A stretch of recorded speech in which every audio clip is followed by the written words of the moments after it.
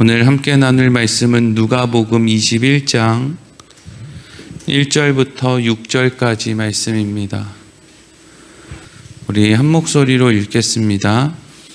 예수께서 눈을 들어 부자들이 헌금함에 헌금 넣는 것을 보시고 또 어떤 가난한 과부가 2렙돈 넣는 것을 보시고 이르시되 내가 참으로 너희에게 말하노니 이 가난한 과부가 다른 모든 사람보다 많이 넣었도다. 저들은 그 풍족한 중에서 헌금을 넣었거니와 이 과부는 그 가난한 중에서 자기가 가지고 있는 생활비 전부를 넣었느니라 하시니라. 어떤 사람이 성전을 가리켜 그 아름다운 돌과 헌물로 꾸민 것을 말하매 예수께서 이르시되 너희 보는 이것들이 날이 이르면 돌 하나도 돌 위에 남지 않고 다 무너뜨려지리라. 아멘. 오늘은 과부의 2렙돈이라는 제목으로 말씀을 나누도록 하겠습니다. 예수님께서 십자가를 지시기 전에 예루살렘 성에 들어가셨고 드러내놓고 예루살렘 성과 또 예루살렘 성전을 다니셨습니다. 종교 지도자들은 예수님이 너무 미워서 죽이고 싶었지만 그럼에도 불구하고 백성들이 예수님을 너무 좋아하고 따랐기 때문에 또 백성들이 예수님에게 기대하는 바가 있었기 때문에 함부로 예수님을 잡아갈 수가 없었습니다. 하루는 예수님께서 성전에 이렇게 계시는데 이제 그 성전 안에 어제 주석을 보니까 성전 안에 총 13개의 헌금함이 있었대요. 13개의 나팔 모양으로 된 헌금함이 있었대요. 그런데 그 13개의 헌금함은 각자의 목적이 다 따로 있었대요. 뭐 어떤 헌금함은 구제하는 헌금함, 뭐 어떤 헌금함은 뭐 제사장들을 위한 헌금함, 또 어떤 헌금함은 이제 성전 건축, 보수 뭐 이런 것을 위해 쓰이는 헌금함, 뭐 이런 이제 목적별로 이제 헌금함이 따로 있었다는 거예요. 그런데 뭐 정확하게 우리가 100% 이 헌금함은 이럴 것이다, 이거일 것이다 라고 단정할 수는 없지만 그래도 추측하기에 왠지 이 예루살렘 성전을 보수하고 또 증축하는 데 사용되는 그런 헌금을 하는 헌금함 앞에 예수님과 제자들과 또 여러 사람들이 거기에 있었던 것 같아요. 그냥 이제 오늘 말씀이 전체적으로 그 이야기를 하니까 꼭 그냥 그 헌금함일 것 같아요. 거기에 이제 예수님하고 이제 제자들하고 이렇게 있는데 그 앞에 이제 사람들이 헌금을 이렇게 하는 게 예수님의 눈에 보인 거죠. 그런데 오늘 1절과 2절 어떤 사람들이 헌금을 넣느냐? 1절, 2절 읽겠습니다. 시작. 예수께서 눈을 들어 부자들이 헌금함에 헌금 넣는 것을 보시고 또 어떤 가난한 과부가 2렙돈 넣는 것을 보시고 아멘. 겉모습만 봐도 저 사람은 부자구나 라는 사람이 앞에서 이제 그 당시에는 뭐 돈이 뭐 지폐가 아니라 다 동전이니까 나팔 모양으로 생긴 그런 헌금함에 동전을 자루로 가져와서 쏟아붓는 거예요. 그러니까 이제 소리가 얼마나 컸겠어요. 아마 이 부자는 더 작은 액수의 돈을 더 많은 양의 자루에 들고 와서 헌금했을지도 모르겠어요. 나 이렇게 한다. 딸랑딸랑딸랑딸랑딸랑 이런 소리가 이제 계속 났겠죠. 사람들이 그 모습을 보고 우와 했을 거예요. 와, 사람들은 그렇게 하면 대단하다고 생각을 하니까 우와. 근데 그 뒤에 얼마 정도 시간이 지났는지 모르겠는데 누가 봐도 행색이 남루해 보이는 한 과부가 이제 그 헌금 앞에 서서 주위를 둘러보더니 호주머니에 있는 이제 동전을 넣은 거예요. 이제 우리는 성경에서 2렙돈이다라고 되어 있어요. 그러니까 이제 제일 유대인들이 사용하던 돈 가치 중에 제일 작은 가치였던 렙돈을 2개, 딸랑딸랑 소리가 이제 2번 났을 거니까 이제 제자들이 알았겠죠. 뭐 어떤 사람이 그 과부한테 가서 얼마 했어요 이렇게 물어봐서 얘기를 하는 건 아닐 거예요, 그렇죠? 그러니까 뭔가 딸랑딸랑 2번 소리가 났는데 저 사람의 행색을 보니까 뭐 비싼 액수에 무슨 금화를 넣었을 것 같지는 않고 그냥 보니까 이제 딸랑딸랑 이렇게 2번 소리가 나니까 이제 2렙돈을 넣지 않았을까? 이제 이런 생각을 하는 거예요. 비교가 되죠. 앞에 있는 부자가 많은 양의 소리를 엄청 크게 내면서 자루에 있는 돈을 쏟아 부은 장면과 또 과부가 2렙돈을 헌금한 이 장면, 얼마나 비교가 됐겠어요. 그런데 그 모습을 보고 있던 사람들, 그 마음을 아셨는지 예수님께서 그 장면에 대해서 이렇게 평가를 하세요. 3절과 4절을 같이 읽겠습니다. 시작. 이르시되 내가 참으로 너희에게 말하노니 이 가난한 과부가 다른 모든 사람보다 많이 넣었도다. 저들은 그 풍족한 중에서 헌금을 넣었거니와 이 과부는 그 가난한 중에서 자기가 가지고 있는 생활비 전부를 넣었느니라 하시니라. 아멘. 예수님께서는 앞서 헌금을 했던 많은 양의 돈을 헌금한 부자가 뒤에 2렙돈을 헌금한 과부보다 더 많은 양의 헌금을 했다고 많은 사람들이 생각하겠지만, 내가 봤을 때는 앞에 있는 부자가 아니라 뒤에 있는 과부가 더 많은 양의 헌금을 한 것으로 보인다. 이렇게 이제 말씀을 하셨다는 거예요. 이유가 뭐예요? 부자는 많이 있는 것 가운데 지금 절대적인 수치로는 더 많은 액수를 한 거지만 그가 가지고 있는 전체의 어떤 재물 중에서는 일부라는 거죠. 그런데 이 가난한 과부는 자기가 가지고 있는 것 가운데 전부를 하나님께 드렸다라는 거예요. 여기서 이제 우린 2가지를 생각해 봐야 되는데, 첫 번째는 뭐냐 하면, 누군가가 교회에서 헌금을 할 때 어떤 사람이 많은 양의 헌금을 하는가에 대해서 우리는 조금 다른 생각을 좀 할 필요가 있어요.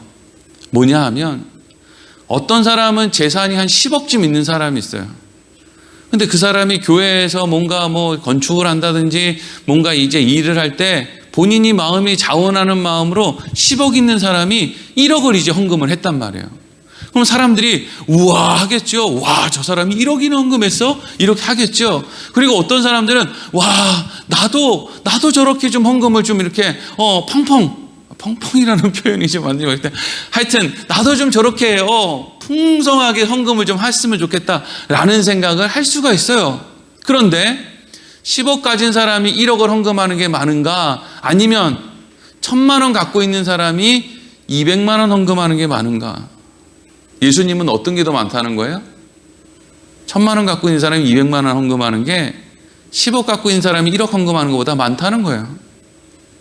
물론 우리는 많은 걸 갖고 있다고 해서 또 많이 하고, 작게 있다고 해서 또 많이 하고 이런 것도 아니에요. 다 그냥 형편대로 하지만, 어떤 걸 지금 이야기하고 있느냐 하면, 가난하다고 해서 하나님이 보실 때 부족하게 살 수 있는 것만은 아니라는 이야기를 하는 거예요, 지금. 그러니까 우리는 대부분 어떤 생각을 하는 거예요? 뭔가 하나님 나한테 복 주시면, 그래서 큼직큼직하게 나한테 뭘 채워주시면 제가 선교도 하고 구제도 하고 무슨 교육 사업에도 투자를 하고 지금 전쟁 났는데 거기 이제 뭐죠 그 사람들? 하여튼 이렇게 다른 나라로 피난 가는 사람들 이렇게 도움도 주고 이런 거 좀 할게요. 하나님 저한테 풍성하게 주세요. 이런 마음을 갖고 있다고요. 근데 꼭 그렇게 하지 않아도, 많이 가진 사람들이 그렇게 많은 양의 액수를 떼서 그렇게 사람들을 돕지 않아도 그냥 애초에 가난한 사람이 가난한 중에 자신의 것을 가지고 그것을 하나님께 드리던 아니면 이웃을 위해 사용하던 그 사람이 가진 것 가운데 어떻게 사용되느냐에 따라서 누가 더 많이 하나님께 드렸느냐 적게 드렸느냐가 결정이 되니까, 꼭 많이 가진 사람이 하나님께 더 많은 일을 하는 것은 아니라는 이야기를 지금 하고 있는 거죠. 여러분, 이게 참 어려운 부분인데, 이 목회자들도 교회에서 이렇게 보면은요, 보면 알잖아요. 정확하게는 몰라도 누가 그래도 재산이 좀 있다, 누가 재산이 없다, 이게 보인단 말이에요. 그러면 사실 누가 헌금을 많이 하느냐, 성경의 기준으로 보면은요, 가난한 사람들이 헌금을 더 많이 합니다. 돈 많은 사람이 헌금 많이 할 것 같으십니까? 아니에요. 헌금 안 해서 부자 된 거예요. 가난한 사람들은 이상하게 헌금을 더 많이 해. 어떤 식으로 표현하는 거예요? 전체적인 액수를 표현하는 게 아니라 자기가 가진 것 가운데서. 근데 너무 이상한 것은 많이 가진 사람은 자기가 가진 것에 비해서 조금 헌금하면서도 막 자랑을 해요. 마음에 많이 했다 이거죠. 절대적인 액수로. 근데 작게 가진 사람들은 자기가 가진 것 중에서 퍼센트로 따질 때는 훨씬 더 많이 하고 있음에도 불구하고 맨날 뭔가 좀 주눅들어 있는 것처럼, 아유 목사님 저는 너무 힘이 없어요. 너무 연약해요. 예수님이 보셨을 때는 누가 훨씬 더 많이 하고 있는데요? 가난한 사람이 훨씬 더 많이 하고 있는데요. 그러니까 여러분, 우리가 뭐 그걸 원하는 사람은 없겠지만 그럼에도 불구하고 사실 가난한 사람이 신앙생활 하기가 더 좋아요. 더 많이 하고요. 갈등할 것도 별로 없어요. 1,000원 있는 사람이 100원 11조 하는 게 훨씬 쉬워요. 한 달에 10억씩 벌면 한 달에 1억씩 11조 딱딱 할 것 같죠? 그렇게 되면은요, 매우 어려워집니다. 쉬운 일이 아니에요. 근데 요거는 이제 잠깐 오늘 말씀의 핵심과는 조금 다른, 잠깐 우리가 짚고 넘어갈 것이고, 사실 이제 두 번째가 중요한데, 두 번째는 뭐냐 하면, 과부가 2렙돈을 이제 헌금을 했어요. 그러면 우린 이렇게 생각해 볼 수 있는 거죠. 하나님은 과부가 2렙돈을 헌금한 걸 기뻐하셨을까? 여러분, 하나님이 기뻐하셨을까요? 여기서 한 가지 더 생각해 봐야 돼요. 과부는 왜 자기가 가진 것의 전부를 헌금했을까? 왜 2렙돈을 거기다 다 쏟아 넣어야 마음이 편했을까? 하나님을 사랑해서였을까? 아니면 이 세상에서의 좀 더 다른 형편을 보장받기 위함이었을까? 이걸 잘 생각해야 된다. 그러니까 예수님이 과부가 2렙돈 낸 것이 더 많다라고는 말씀하셨지만 그 여인의 행동을 칭찬한 건 아니에요. 그냥 액수가 더 크다는 거죠. 비교하자면 앞에 있는 부자가 헌금할 때 사람들이 우와 하고 뒤에 있는 사람이 딸랑딸랑 했을 때 에이 하니까 그거에 대해서 예수님은 뒤에 있는 사람이 더 많이 한 거야. 이렇게 결정적인 기준을 정해 주신 거지만, 그렇다고 해서 2렙돈을 전부 다 헌금하는 그 여인의 마음을 칭찬하셨느냐? 그게 아니라는 거예요. 여러분, 하나님이 아버지고 이 여인이 딸이라고 한번 생각을 해보세요. 자식이 소풍을 가는데 부모가 김밥 싸줄 형편이 못 돼가지고 그나마 가지고 있는 2,000원을 이렇게 건네주면서, 야, 아버지가 돈이 없으니까 이거 가지고 가가지고 오늘 점심 때 컵라면이라도 사 먹어라, 편의점 가서. 이러고 이제 소풍을 보냈단 말이죠. 근데 얘가 소풍을 갔는데, 아니 소풍에 가면 꼭 그런 걸 이상한 걸로 아저씨들이 와서 막 팔잖아요. 요즘엔 파는지 모르겠는데 전국 어디에나 파는 옥돌. 도대체 그 계란 모양으로 생긴 그 옥돌은 도대체 사용처가 어딘지를 도대체 모르는데 그게 옥인지도 모르죠. 그냥 돌멩이 깎아놓은 거겠죠. 2,000원짜리 옥이 어디 있겠어요. 근데 명칭은 옥돌이에요. 이제 라면 먹으라고 2,000원을 받았는데 내가 저거를 사가면 우리 아버지가 얼마나 기뻐하실까. 그래서 얘가 라면을 사 먹어야 되는데 안 사 먹고 그 옥돌을 2,000원 주고 사가지고 집에 갖고 가고, 아버지 제가 아버지를 사랑하는 마음으로 옥돌을 사왔습니다. 이러면 아버지가 할렐루야 기쁘다, 내 자식이 나를 위해 옥돌을 사왔구나 이러겠어요? 마음이 더 찢어지지. 이게 뭐냐 싶겠죠. 오히려 엉덩이를 맞을 수도 있어요. 누가 너한테 이거 사오래? 너 밥 먹으라고. 네가 밥 먹는 게 아버지는 더 행복한 거야. 이거 돌멩이 이런 거 사오는 거, 아버지한테 그 돌멩이가 뭐예요? 하나님한테 이 2렙돈이 뭐고 하나님한테 저 부자의 돈이 뭐예요 도대체? 아무런 의미 없는 거예요 사실은. 근데 왜 과부는 2렙돈을 이 헌금함에 넣을 수밖에 없었어요? 자기 형편을 나아지게 만들어줄 수 있는 방법은 하나님밖에 없다고 생각한 거예요. 마치 40년 전, 50년 전에 한국 교회 교인들처럼 말이죠. 하나님을 사랑해서 드리는 것 물론 있었겠죠. 하지만 그 안에는요, 하나님 더 잘 살고 싶어요. 더 잘 먹고요. 더 편안하고요. 우리 애들은 학비 걱정 없는 그런 세상을 좀 살게 해주고 싶어요. 라고 하는 마음을 다 담아서 거기다가 이제 헌금을 하니까 무리하게 헌금을 하죠. 근데 사실 목사들 입장에서는 무리하게 헌금한 건 나쁠 거 하나도 없어요. 근데 무리하게 헌금하는 건 사실은 여러분들에게는 나쁜 거예요. 그러니까 여러분들이 다른 어떤 교회를 가시더라도 이런 설교하는 교회로 가야 돼요. 무리하게 헌금하면 하나님이 복 주신다고 하는 그런 교회는요, 다 가짜예요. 예수님 좀 생각해보고 신앙생활을 좀 해요. 사도 바울을 생각하면서 신앙생활을 좀 하라고요. 뭘 열심히 갖다 바치면 세상의 걸 준다고 그렇게 여러분들의 속에 있는 욕망을 자극하는 교회를 뭐 좋다고 거기를 그렇게 몇만 명씩 쫓아다니는지 모르겠는데 다 가짜예요, 그거. 예수님의 십자가에 먹칠을 하는 겁니다. 그래서 여인이 2렙돈을 성전 건축을 위해 쓰여지는 돈으로 헌금을 했든 뭐 다른 어떤 목적으로 헌금을 했든 그 안에 자기 욕심을 담아서 하나님은 내가 이렇게 해드리면 기뻐하셔서 나에게 더 좋은 걸 채워주시겠지라고 하는 그 마음을 가지고 뭔가 내가 이런 거라도 해야지, 하나님 앞에 잘 보여야지, 내가 그래야 하나님으로부터 뭔가 혜택을 받지라고 하는 생각을 가지고 헌금을 한 그 이야기 바로 뒤에 예수님이 무슨 이야기를 하세요? 오늘 5절과 6절 말씀이에요. 읽겠습니다. 시작. 어떤 사람들이 성전을 가리켜 그 아름다운 돌과 헌물로 꾸민 것을 말하며 예수께서 이르시되 너희 보는 이것들이 날이 이르면 돌 하나도 돌 위에 남지 않고 다 무너뜨려지리라. 아멘. 그 모습을 보고 예수님의 말씀을 듣고 옆에 있던 누가 얘기했는지는 잘 모르겠으나 어떤 사람이 예수님에 향해서 예수님 그래도 이 성전 진짜 잘 짓지 않았습니까? 유대인들이 먹을 거 안 먹고 입을 거 안 입고 아껴서 이거 성전 지으려고요. 얼마나 애를 썼는지 아십니까? 분명히 하나님이 우리 칭찬해 주실 거예요. 그렇죠? 우리 칭찬받을 만하죠. 너무 멋지죠. 웅장하고 화려하고 너무 멋지죠. 그랬더니 예수님이 뭐라 그래요? 하나님 하나도 기뻐하지 않는다. 심지어는 여기에 있는 이 돌멩이, 돌 위에 돌 하나도 남지 않고 싸그리 다 무너질 거다. AD 70년에 티투스라고 하는 로마의 장군이 예루살렘 성을 공격해서 이제 함락됐거든요. 그때 당시에 종교 지도자들이 돈이 얼마나 많았는지 그 돈을 가지고 피난을 못 가는 거예요.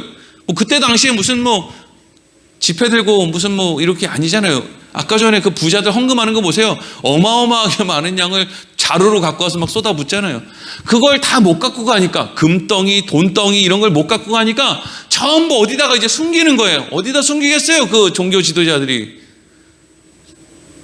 성전 벽 밑에다가 숨기고 성전 벽 속에다가 숨기고 자기들만의 장소에다가 막 숨기는 거예요. 근데 그걸 로마 군인 누가 봤네? 그러니까 이제 그때부터 어떻게 하는 거예요? 로마 군인들이 하나하나 다 부시는 거예요. 하나하나.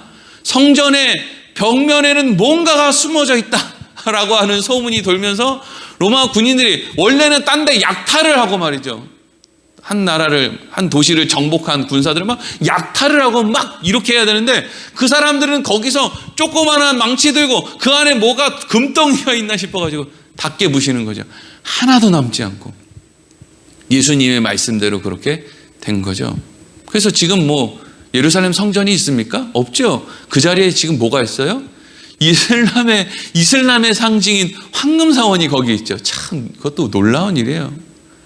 이스라엘 땅 한복판에 이슬람 사원이 있다는 게 참 얼마나 웃기는 일이에요.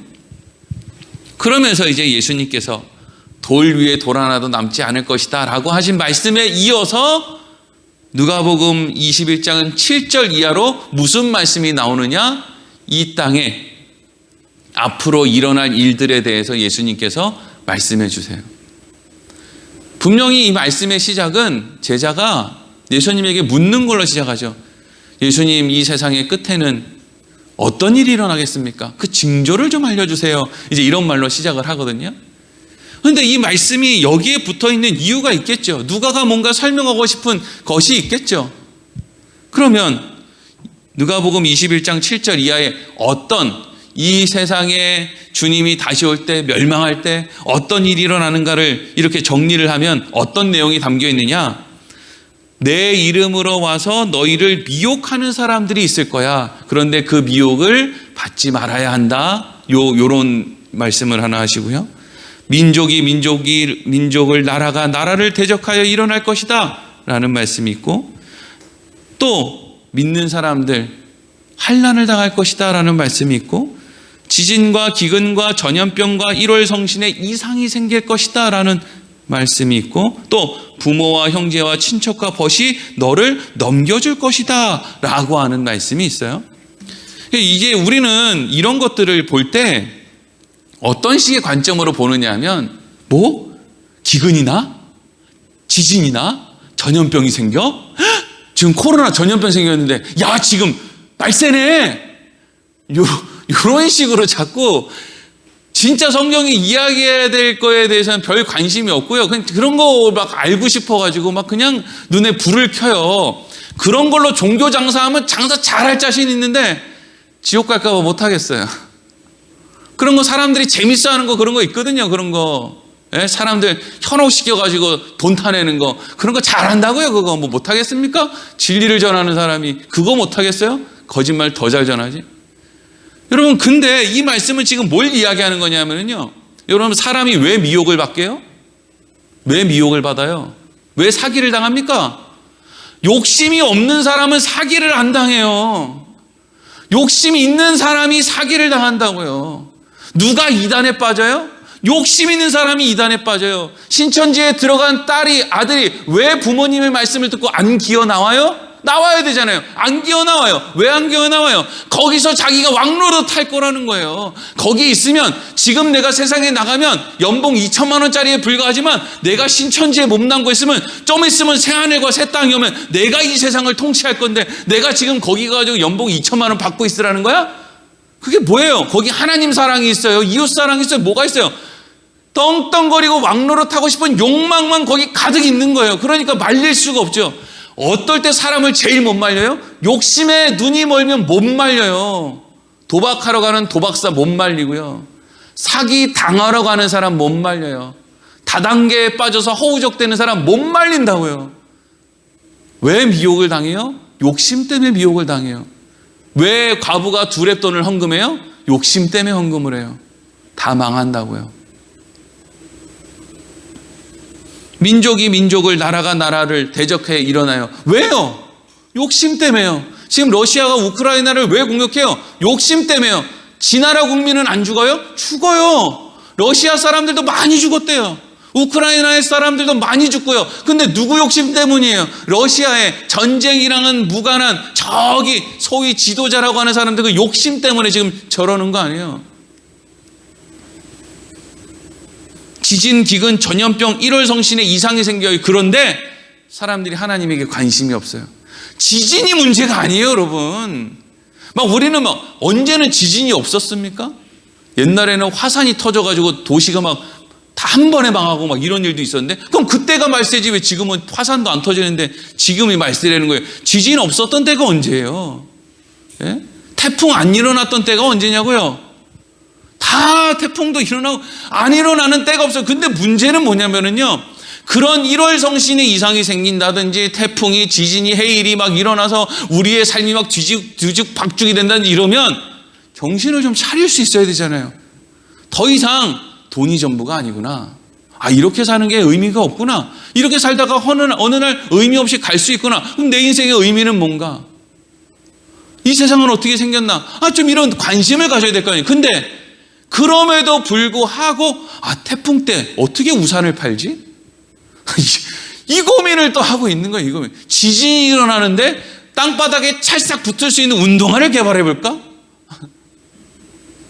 미쳐 있는 거죠. 미쳐 있는 거라고요.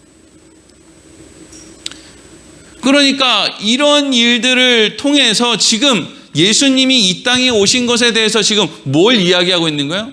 왜 그렇게 세상에서 많은 걸 얻고 싶어?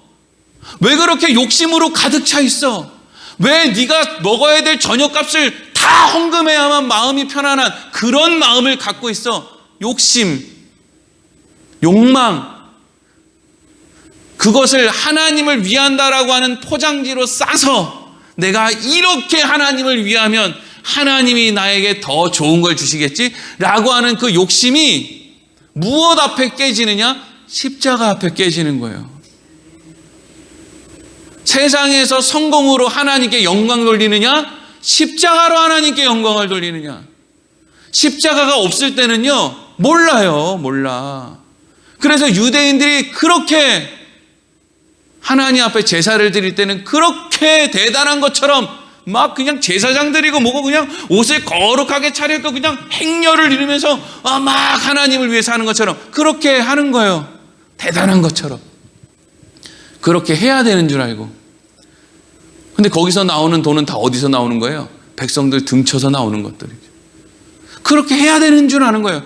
세상에서 사기를 치든 세상에서 뭐 도둑질을 하든 사람을 죽이든 뭘 잡아먹든 그걸 다 모아가지고 교회 나와서 딱 내놓고 목사님 이거 선교헌금입니다. 선교하시죠. 이걸로 구제도 하고 봉사도 하고 건축도 하세요. 이걸 해야 된다고 생각하는 거예요. 뭘 모르면요. 십자가의 영광을 모르면. 예수님이 뭐 했어요? 여러분 이 땅에 와서. 죽은 거 말고 뭐 했습니까? 우리가 예수님이 십자가에서 죽은 것을 하나님이 모든 이름 위에 뛰어난 이름으로 세워주시기 전까지는 우리도 그래야 되는 줄 알고 사는 거예요. 세상에서 많은 걸 얻어서 그걸 가지고 하나님이 주셨습니다. 하나님께 영광. 이걸 우리는 인생의 목표라고 생각할 수 있는 거예요. 근데 예수님이 오셔서 우리에게 말씀해 주시는 거예요. 그렇게 살지 않아도 된다. 그게 중요한 게 아니다. 그것보다 더 큰 가치가 있다. 그게 뭐예요? 죽는 거다. 부모, 형제, 친척, 벗이 너를 넘겨줄 것이다. 근데 중요한 건 뭐냐면요. 넘겨줌을 당하는 그 사람들이요. 말이 없어요. 말을 해야 될 거 아니에요. 네가 어떻게 나한테 이럴 수 있어? 이 나쁜 놈아. 내가 너한테 얼마나 잘해줬는데 너 나한테 이럴 수 있어? 할 수 있잖아요. 예수님이 제자들에게 어떻게 니네들 다 도망갈 수가 있어? 아니 호산나 다윗의 자손이라고 나 종려나무 가지를 흔들던 너 이 나쁜 놈들아, 바나바를 풀어주라고 이 도둑놈들. 예수님이 얼마든지 화를 내면 이야기할 수 있죠. 너 그때 오병이었대. 너 떡 먹은 놈이지. 너 내가 중풍병 고쳐준 놈이지. 할 말이 얼마나 많아요. 근데 예수님 말이 없죠. 말이 없어도 된다는 거예요. 우리에게 본을 보여주는 거죠. 말 안 해도 된다. 예수님도 말 안 했다. 억울해도 된다. 죽어도 된다. 그렇다고 하나님께 영광 못 돌리는 게 아니라 그게 하나님께 영광을 돌리는 것이다. 바로 알아라 이거죠. 바로 알아라. 할 말 다 하고 떵떵거리고 그래도 내가 이렇게 업적을 쌓았어. 이 길로 가는 건 넓은 길. 넓은 길이라고요. 그게. 자존심 살리는 길, 넓은 길. 난 그래도 이런 거 하고 있어. 이거 넓은 길. 좁은 길은 뭐예요? 저거 바보 아니야? 왜 말을 안 해? 바보 아니야? 왜 저러고 살아? 그거 좁은 길. 우린 교회에 나오면 좁은 길이고 세상으로 가면 넓은 길이라고 생각하는데 세상으로 가는 사람은요, 넓은 길이 아니라 그냥 취급도 안 해요. 성경은 취급을 안 한다니까요. 넓은 길 좁은 길로 판단하지 않아요. 그냥 제3자예요. 제3자. 그냥 그 사람들, 신앙생활 하는 사람들 안에서도 좁은 길을 향해 가는 사람이 있고요. 신앙생활 한다고 하는데도 여전히 넓은 길에 서 있는 사람이 있어요. 근데 넓은 길에 서 있는 사람도 부자처럼 헌금을 한다니까요. 하지만 하나님이 좁은 길로 가는 사람이 더 많이 했다 그러는 거예요. 누가복음 21장 27절에서 27절까지 말씀을 보면 이렇게 돼 있어요. 제가 한번 읽어볼게요. 그때 사람들이 인자가 구름을 타고 능력과 큰 영광으로 오는 것을 보리라. 이런 일이 되기를 시작하거든 일어나 머리를 들라. 너희 속량이 가까웠느니라 하시더라. 아멘. 우리는 말세의 징조에 관심이 있는 이유가 뭐냐면요. 대부분의 사람들은 말세가 가까이 오면 그때부터 잘하려고 말세의 징조에 관심이 있어요. 야, 지진이 일어나면 주님 다시 오신대. 근데 요즘 어디에 지진이 많이 일어나잖아. 우리 정신 차리고 새벽기도 가자. 요거 하려고 이제 말세의 징조에 대해서 관심이 많다고요. 참 얍삽하죠. 근데 성경에서 왜 말세의 징조를 우리에게 보인다고 이야기를 하느냐? 이미 머리를 숙이고 살아가는 사람들에게 조금만 참으면 돼. 주님 이제 다 오셨어. 이걸 하려고 징조를 주신다는 거예요. 그때 돼서 방학 끝나가니까 숙제해야 돼. 이걸 사인을 주려고 징조를 주는 게 아니라 이미 그렇게 예수님을 따라서 십자가를 따라서 그렇게 사는 사람들에게 힘내. 이제 목표 지점이 얼마 안 남았어. 모퉁이만 돌면 저기에 꼬린 지점이야. 힘내. 저기 봐, 산호하는 사람들 보이지? 저게 꼬린 지점이 얼마 안 남았다고 하는 징조야. 이게 여러분 말세의 징조예요. 다른 사람들은요, 말은 그렇게 하죠. 말세의 징조를 보면 내가 그때부터 신앙생활 잘하겠다. 천만의 말씀 못합니다. 노아의 때에 비가 오기 시작했는데도 사람들이 노아 방주로 달려가서 나 좀 태워달라는 말하는 사람 한 명도 없었어요. 자기 욕심을 따라, 욕망을 따라 사는 사람은요, 숨 끊어지기 전까지 그거 하고 있어요. 아마 주님이 내일 다시 오신다 그래도 오늘 경마장 가는 사람은 경마장 갈걸요. 마지막으로 끝장나게 한번 땡겨보자 이러고 갈 거예요. 못 놓는다고요. 못 나요. 아유, 내가 내일 주님 다시 오신다 그러면 내가 오늘은 하루 쉬어야지. 일 안 해야지. 그럴 것 같죠? 오늘도 아침에 가가지고 설거지만 끝내놓고 쉬어야지. 이러고 있다니까요. 그거 못 놓는다니까요. 예수님이 이 땅에 오신 이유는 우리에게 하나님 앞에 참된 영광을 돌리는 방법이 무엇인지를 바르게 가르쳐주기 위함이에요. 큰 건물 짓는다고. 다윗이 하나님, 제가 하나님 집 지어드릴게요 이랬더니 하나님 뭐래요? 네가 무슨 내 집을 짓냐? 내가 네 집을 지어줘야지. 까불고 있네. 하나님, 우리가 세상의 것을 많이 얻어서 하나님께 영광 돌릴게요. 야, 네가 주는 거 전부 흙 묻어 있고 오물 묻어 있는데 그걸로 뭘 날 영광을 돌려? 난 내 영광은 내가 알아서 할 테니까 너는 너나 잘 살아라. 네 안에 있는 욕심이나 잘 다스려라. 너나 정신 차려라. 이걸 십자가를 통해서 우리에게 가르쳐 주신다고요. 기도하겠습니다.